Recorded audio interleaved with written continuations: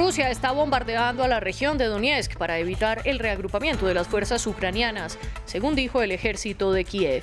Los militares de Moscú derribaron un puente ferroviario que conectaba a las ciudades de Sloviansk y Liman.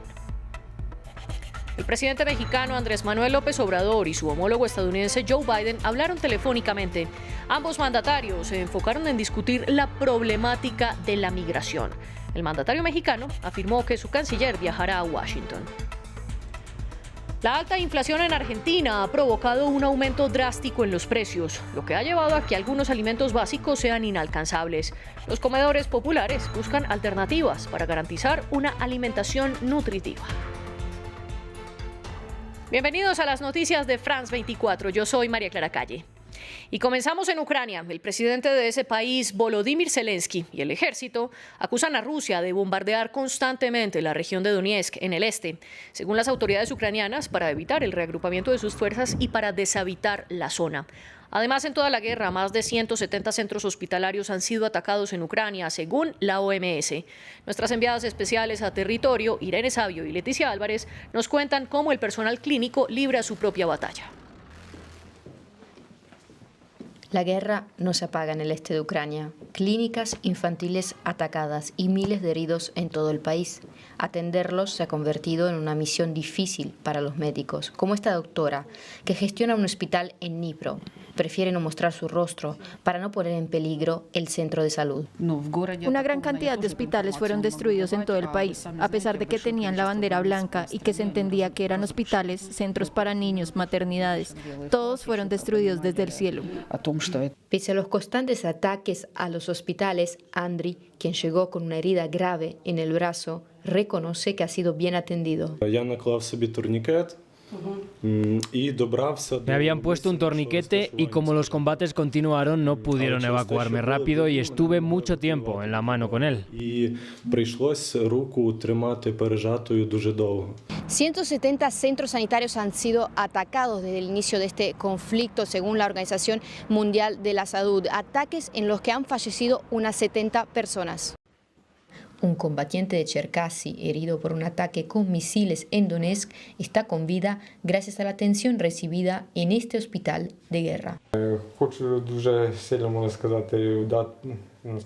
Agradezco desde lo más profundo de mi corazón a los médicos que me salvaron la pierna, me devolvieron esperanza y que la paz pueda finalmente llegar a Ucrania. Los médicos que trabajan en Ucrania se encuentran librando su propia lucha y con más fuerza, porque son unos de los principales blancos de ataque en esta guerra. Desde la invasión rusa a Ucrania, Francia quiere limitar su dependencia del gas ruso, pero este país extrae sus reservas de gas mediante fracturación hidráulica o fracking, que está prohibida en Francia. El dilema es si las sanciones contra Vladimir Putin deben anteponerse o no a las preocupaciones ambientales. Detrás de los pintorescos pantanos, esta es la verdadera cara económica de Luisiana.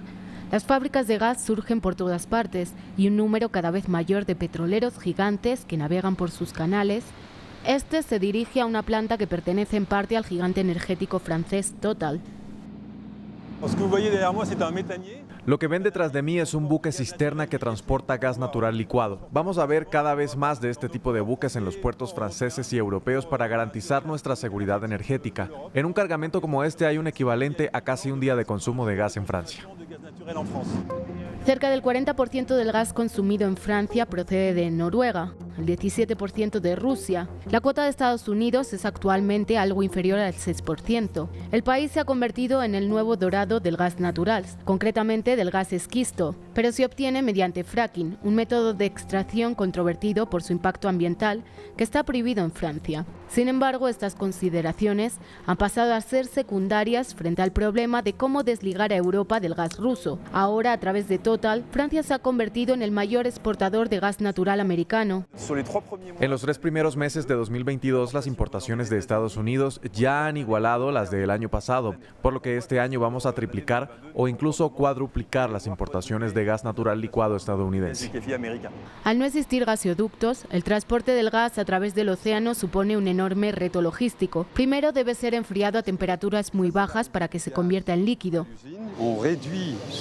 Reducimos el volumen en 600 veces a su estado líquido para que sea más fácil de transportar. Es la única manera que tenemos de distribuirlo por todo el mundo.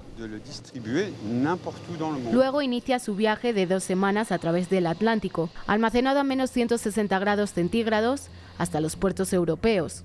La huella de carbono de este gas de esquisto es mayor debido a los costes medioambientales de la fracturación hidráulica, el licuado y el transporte. Y la prisa por construir más infraestructuras de gas amenaza los objetivos climáticos a largo plazo. Pero este es el precio que partes de Europa han decidido pagar para evitar financiar la guerra de Vladimir Putin.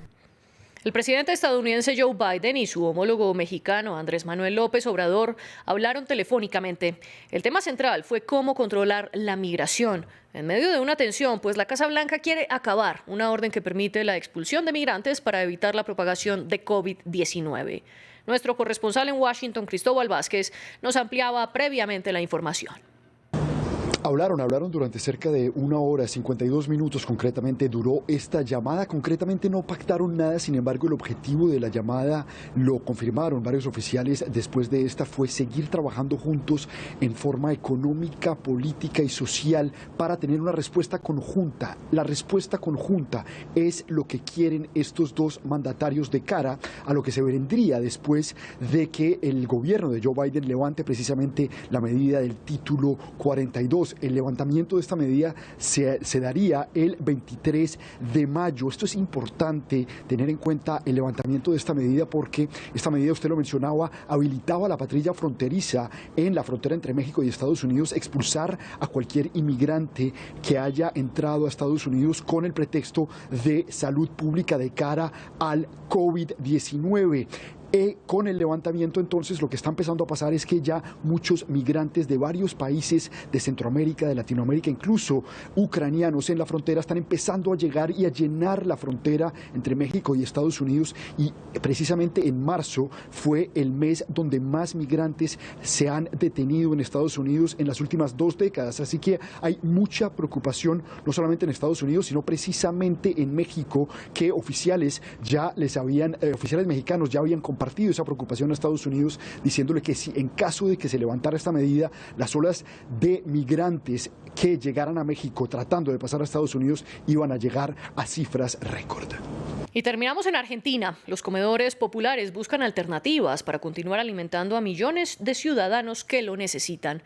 Y es que la alta inflación que presenta el país suramericano ha provocado un alza considerable en los precios de los alimentos. La inflación sigue desafiando a los argentinos. El comedor beneficiario de Elena González, ubicado a unos 55 kilómetros de Buenos Aires, no da abasto para asistir a las personas que buscan un plato de comida. Con 3 ocas, 4 gallinas y su imponente huerta, el ingenio de esta mujer hace que con una cocina de leña para ahorrar el gas alcance la comida. Desde este comedero aseguran que cada vez es más complicado asistir a las familias de barrios humildes. Y hay una inflación muy alta sobre los alimentos. Esa inconstancia hace de que uno nunca sepa bien qué va a tener para cocinar. Entonces, ¿cómo sobrevivimos? ¿Cómo tenemos tantos comedores y merenderos funcionando? Argentina tiene uno de los mayores índices de inflación en el mundo. En marzo registró una inflación interanual del 55,1%, la mayor de Sudamérica después de Venezuela. Los alimentos subieron un 20% solo en el primer trimestre de este año. Se estima que en este país sudamericano, donde la tasa de pobreza cerró en el 2021 en 37,3, según el gobierno, llega a unos 4 millones de personas que dependen de los subsidios estatales para comer. Las organizaciones siempre nos plantean es la necesidad de leche, ¿no? La leche es un alimento que por lo general no es que entra mucho todos los años en forma constante, y además tratamos a veces de buscarle la vuelta, si por ahí no viene donada, de tratar de conseguir comprando con dinero que nos dan los donantes. El gobierno argentino ha intentado tomar medidas, aumentando el 50% a los cupones de alimentos, que pasó de $78 a $156 por mes. Además, intenta frenar el fenómeno inflacionario, acordando con los supermercados retrotraer los precios de múltiples productos, creando un fideicomiso para estabilizar el precio del trigo y avanzando en sus negociaciones con el Fondo Monetario Internacional. A pesar de los esfuerzos, el Banco Mundial proyectó un crecimiento del PIB para Argentina del 3,6% para el 2022, en un momento en el que las consecuencias de la guerra en Ucrania han afectado la recuperación pospandemia. Hasta aquí las noticias. Sigan conectados con France 24.